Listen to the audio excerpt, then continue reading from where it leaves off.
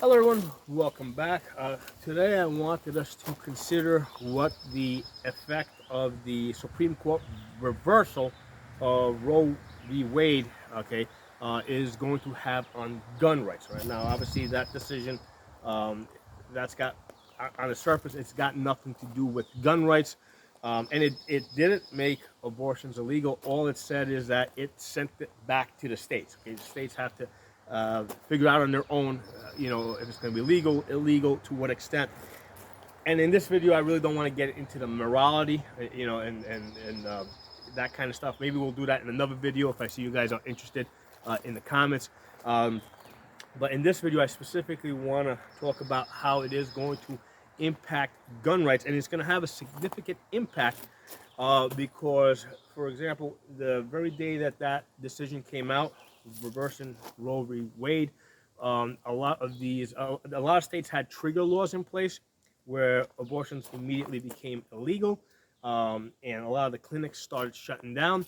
And what's happening is a lot of the people that live in those states are looking to move out, okay? And presumably they're going to move into places like New York, California, Illinois, Washington, D.C. So they're going to go to places where they expect that it's not going to be made illegal, okay? So this is really important if you live in a purplish state, right, where you need a way to get rid of the anti-gunners. This will help do that. This will help get some of the anti-gunners out of your state. Now, Pennsylvania, where I'm at, is kind of a purplish state. It's the legislation is usually dominated by conservatives. However, the governorship is usually controlled by Democrats. Right now, we got a Democrat governor, and that's why, Pennsylvania is a very, the laws on the books in Pennsylvania are pro-gun.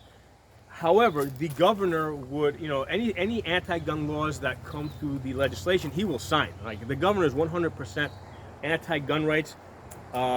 Attorney General, right, State Attorney General, very anti-gun rights.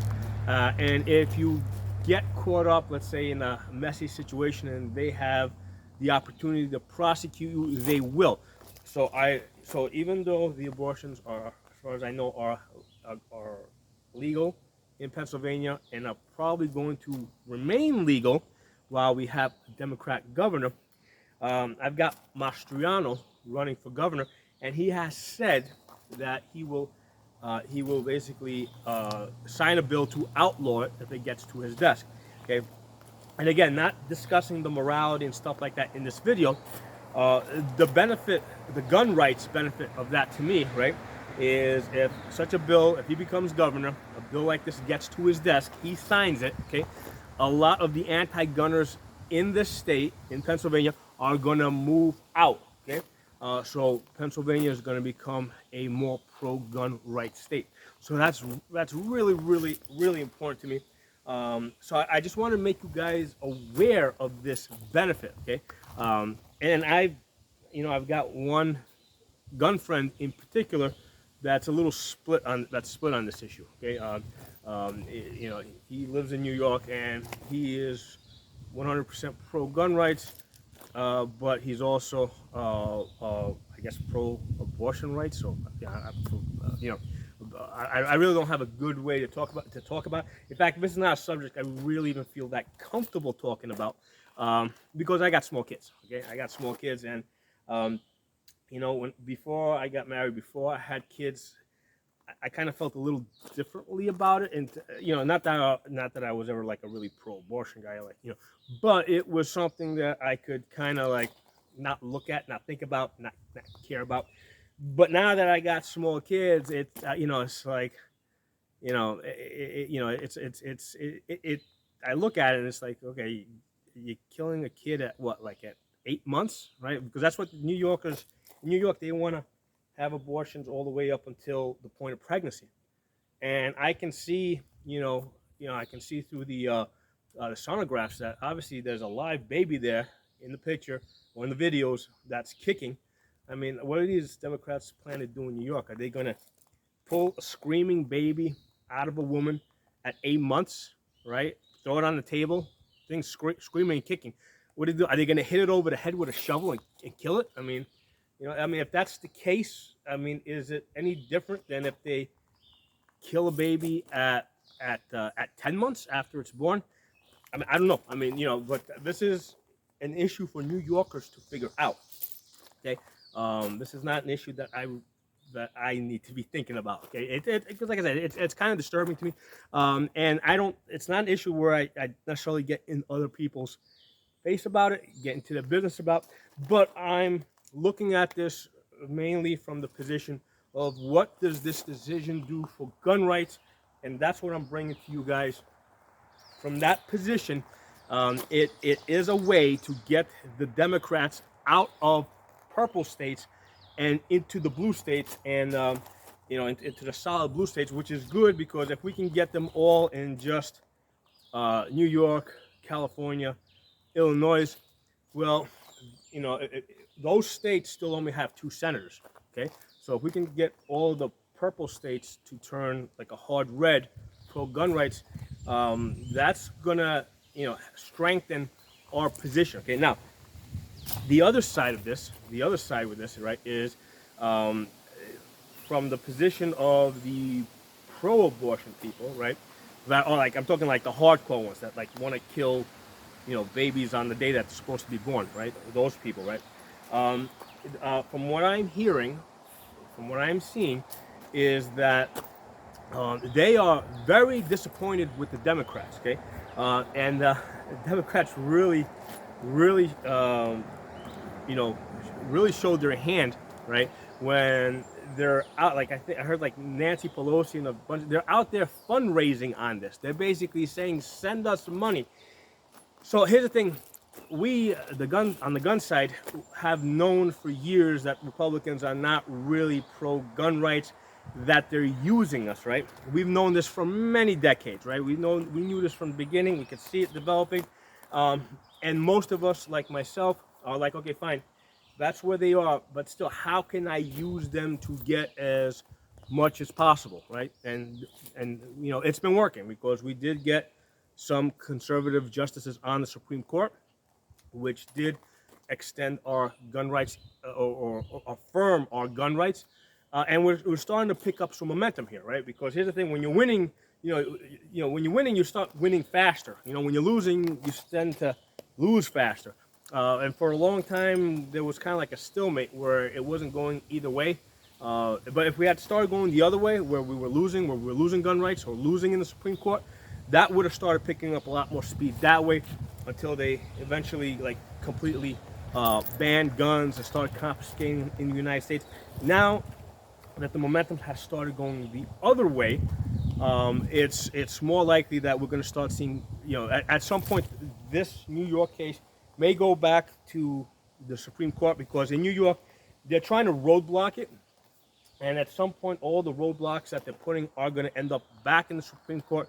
And if we still have the makeup of justices, what I think they're going to say is, hey, you guys have proven to us, right, that you can't understand what we're telling you, right, that it is a fundamental right. So therefore, you, the state, cannot be trusted. Henceforth, the law of the land is now constitutional carry. Nobody needs to get a permit in order to carry a gun. And I'm hoping it goes even further, where it says to further, because the problem right now is with the states is that you can only buy a gun in your state. So they can restrict you that way. What they need to do is throw out the law that says that you can only buy guns in your own state. Because then the people in New York can go to other states and buy their guns and bring them back home. And if it ends up in the courts basically have, will protect them, okay? So that's how, so that's what I'm saying about picking up momentum and winning. So where I was going with this, or I kind of totally went off track. We know on the gun rights side that Republicans are only in it for themselves, right? They're only in it to get more power, to basically keep their power. We understand that. We approach this from the perspective is, how are we going to use them while they're using us? Okay, but to the Democrats, this is like a totally new thing, okay? They're being like pretty much hit in the face with this, and they don't know how to handle it. You know, they're telling Pelosi and Schumer, they're telling them to go f off. That they failed. Okay, so they haven't developed they haven't had the benefit of developing strategies over decades to deal with the reality that politicians are not loyal to anybody other than themselves. Okay, so this is the second thing, the second benefit that we're getting at this. Number one, we have the benefit of getting the anti-gunners out of the purple states and throwing them into blue states, all right, which will hopefully get more conservative senators, in the Congress. That's the first benefit. Get the anti-gunners out of the purple states, and the second benefit is that it is tearing the Democrat leftist Socialist Party apart. Okay, and I'm in this video. I'm really only interested in the gun. I'm only my focus here is really the gun rights side of this. So I don't care if the Democrat Party breaks up into like 5 different pieces and they go in 5 separate directions. I don't care. I just don't want one solid anti-gun party, that's unified and working together. So that's the other benefit I see of this. This seems to be breaking up the anti-gunners into fractions that are fighting each other and fighting against their disloyal leaders. Okay, so I hope I just wanted to put this information out there. Look into it more yourselves. Keep your eyes out for this because this wasn't a gun rights decision, but this will benefit us through those 2 means. Get the anti-gunners out of the purple states and break up the Democrats and turn them against their own leadership. Thanks for watching. If you're not a member of the channel, subscribe. Make sure you follow me on Odyssey, which is uncensored over there. I'm Pocono Tactical. On Rumble, I'm Pocono Guns. On YouTube, I got Absolute Gun Rights, Pocono Shooting, and the original Safa channel, which goes back to 2006.